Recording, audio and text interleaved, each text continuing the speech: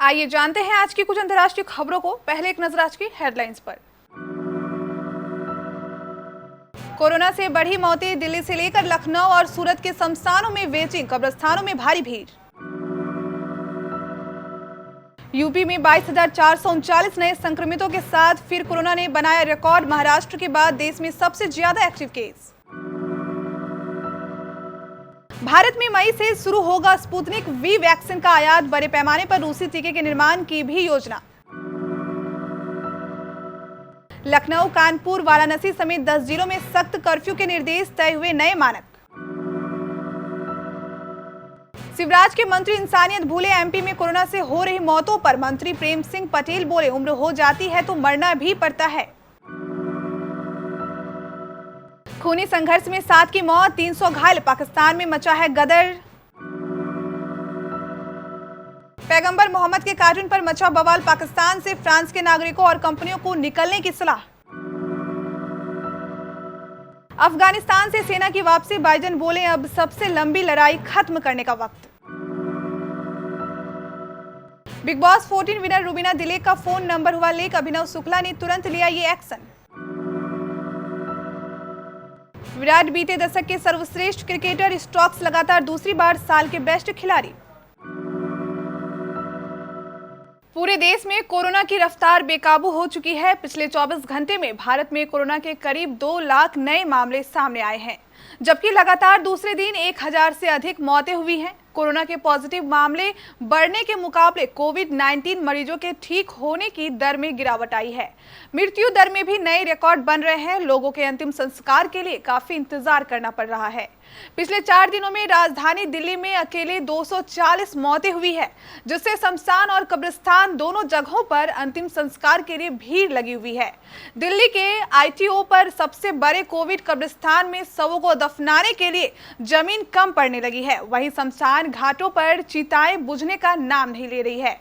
निगम बोध घाट का आलम यह है कि शवों का अंतिम संस्कार करने के लिए लोगों को कई घंटों तक इंतजार करना पड़ रहा है।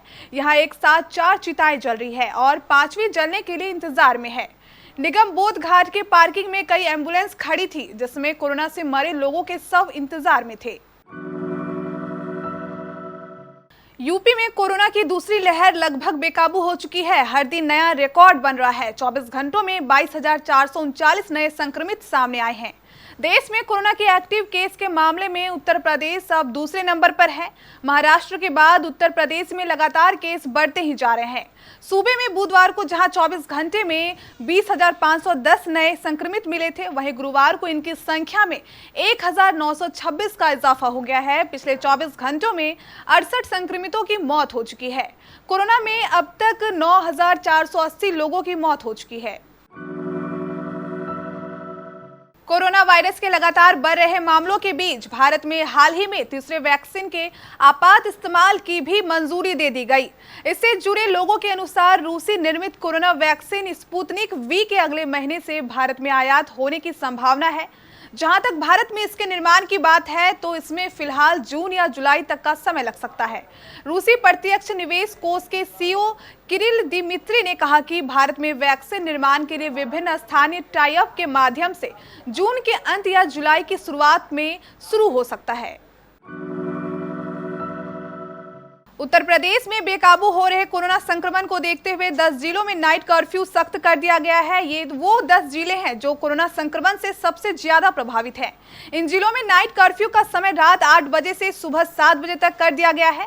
ये फैसला मुख्यमंत्री योगी आदित्यनाथ ने बुधवार को कोविड संक्रमण के लिए की गई एक वर्चुअल मीटिंग में लिया है। सीएम योगी आदित्यनाथ ने वर्चुअल मीटिंग के दौरान कोरोना संक्रमण से बुरी तरह जूझ रहे जिलों में नाइट कर्फ्यू के लिए सख्त मानक भी तय किए हैं। नए मानकों के अनुसार अब जिन जिलों में 2000 से ज्यादा कोरोना के एक्टिव केस होंगे, वहां सख्त नाइट कर्फ्यू लगा दिया जाएगा।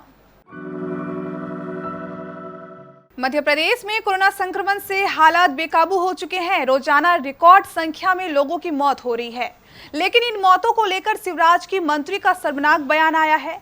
पशुपालन मंत्री प्रेम सिंह पटेल ने कहा कि लोगों की उम्र हो जाती है तो मरना भी पड़ता है। दरअसल प्रेम सिंह से कोरोना से हो रही मौतों को लेकर सवाल किया गया था, तो उन्होंने कह दिया कि मौतें हुई हैं, इन्हें कोई नहीं रोक सकता। कोरोना से बचने के लिए सब लोग सहयोग की बात कर रहे हैं। विधानसभा में हम सब से चर्चा कर रहे हैं। मास्क पहने, दूरी बनाकर रखें और डॉक्टर को दिखाएं। हर जगह डॉक्टर्स की व्यवस्था की गई है। आप कह रहे हैं रोजाना बहुत लोग मर रहे हैं, तो लोगों की उम्र हो जाती है तो मरना भी पड़ता है।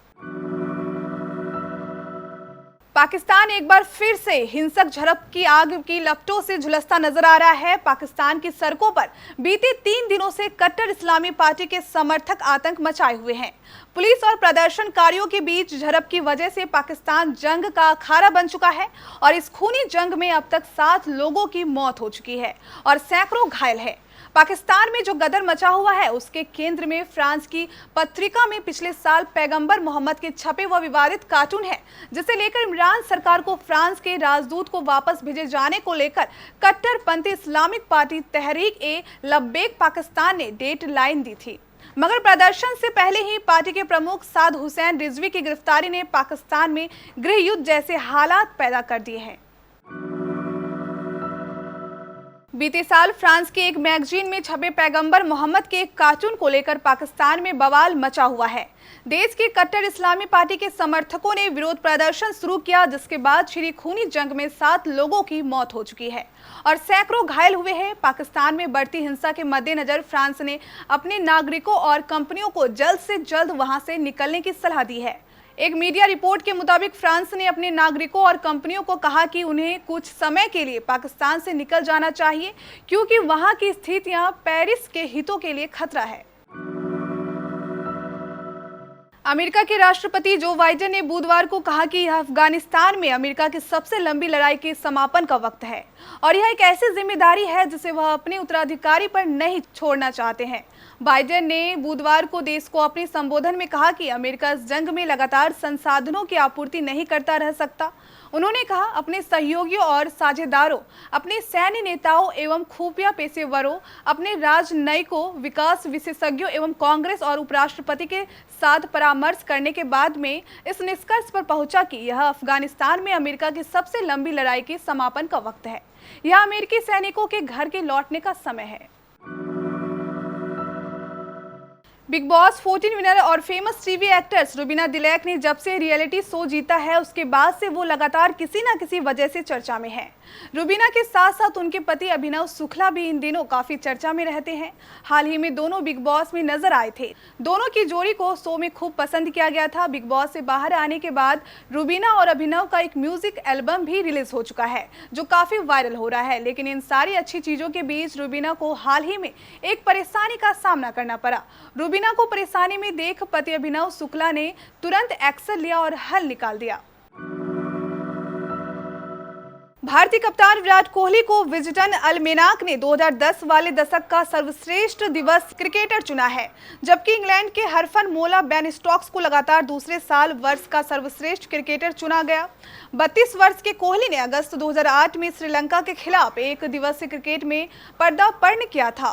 सर्वकालिक सर्वश्रेष्ठ बल्लेबाजों में शुमार कोहली ने 254 वनडे में 12,169 रन बनाए हैं। विश्व कप 2011 विजेता भारतीय टीम के सदस्य रहे कोहली ने 10 साल में 11,000 से ज्यादा रन बनाए हैं, जिसमें 42 शतक शामिल हैं।